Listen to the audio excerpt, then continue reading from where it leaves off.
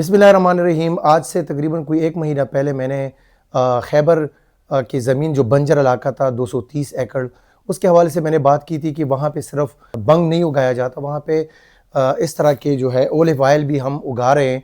और 230 एकड़ ज़मीन पर जो बंजर इलाका था उस पे हमने जो प्लांट्स लगाए थे उनके 20% प्लांट से 3500 किलो जो है हमने पल लिया और उसी को एक्सट्रैक्ट करके उससे जो ऑयल निकाला गया वो 500 लीटर था।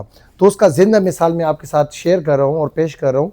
ये देखें वो, और इसको ज़रा नज़दीक कर ले। जो अक्सर लोग कहते हैं कि खैबर और तिरा में जो है ना सिर्फ बंग उगाया जाता है, तो देखें ये वो बंजर इलाका था जिससे हमने ये ओलिव ऑयल ख़ुद उगाया है। और ये देखें खैबर के ब्रांड के साथ अब हमारी हुकूमत जो है इसकी लॉन्चिंग करेगी और इंशाल्लाह मैं सीएम साहब को भी ये तोहफे दूंगा। तो कहने का मकसद ये है कि वो जो हमें ताने दे रहे थे कि वहाँ पे सिर्फ जो है ना बंग और नशई चीज़ें जो है ना वो तैयार किए जाती हैं, वहाँ पे कोई इस तरह की चीज़ नहीं होती। ये देखें ये ज़िंदा मिसाल।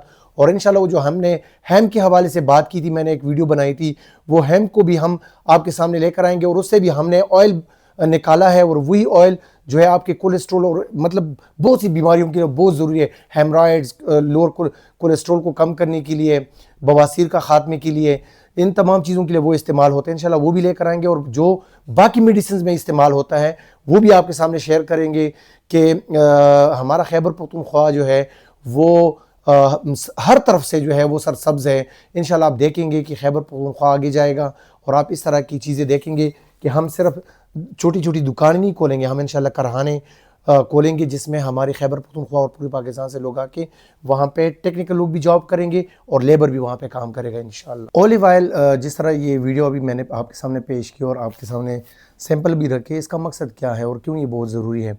एक तो ये फ़ायदा हुआ खैबर पख्तूनख्वा को कि बंजर इलाके को इस्तेमाल करके वहाँ से तेल निकालना शुरू हो गया है।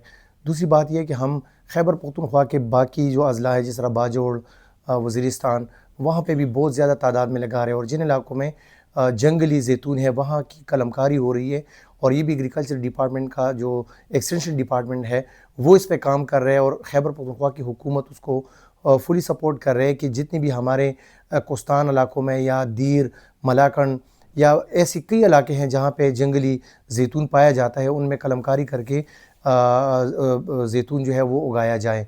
अब ये ज़ैतून का फ़ायदा क्या है ओलिव ऑयल का? चूँकि मैं न्यूट्रिशन कंसल्टेंट रहा हूँ, मुझे पता है कि इसकी कितनी जो है अहमियत है, कितने फ़वाइद हैं। ओलिव ऑयल क्या करता है कि ये एक तो आपके मैदे को बहुत स्ट्रॉन्ग बनाता है। जब आप इसकी सलाद के ऊपर ड्रेसिंग करके या खाने के मील में डाल के आप लें, दाल हो या किसी भी तरह की सब्ज़ी हो, या अगर आप 57 सेंटीग्रेड तक इसको सिर्फ बॉयल करके उसमें खाना बनाएं तो भी बहुत फ़ायदेमंद है। लेकिन 57 सेंटीग्रेड से आप ज़्यादा इसको बॉयल नहीं कर सकते। तो बेहतर तरीका ये है कि जब आप खाना बनाएं उसी खाने में आप जो है ये डाल के आप ले सकते हैं। इसके बहुत बड़े फ़ायदे हैं। आपको जो है शुगर से बचाता है, आपके मैदे को स्ट्रेंथन करता है, जो हेमराइड्स है, कोलेस्ट्रॉल लेवल है उसको कम कर देता है। इसके अलावा जो मतलब गुड कोलेस्ट्रॉल, बैड कोलेस्ट्रॉल है, अक्सर हमारे पाकिस्तान में आपने देखा होगा कि बैड कोलेस्ट्रॉल जो है वो सब लोगों की ज़्यादा होते हैं और गुड कोलेस्ट्रॉल जो है वो कम होते हैं।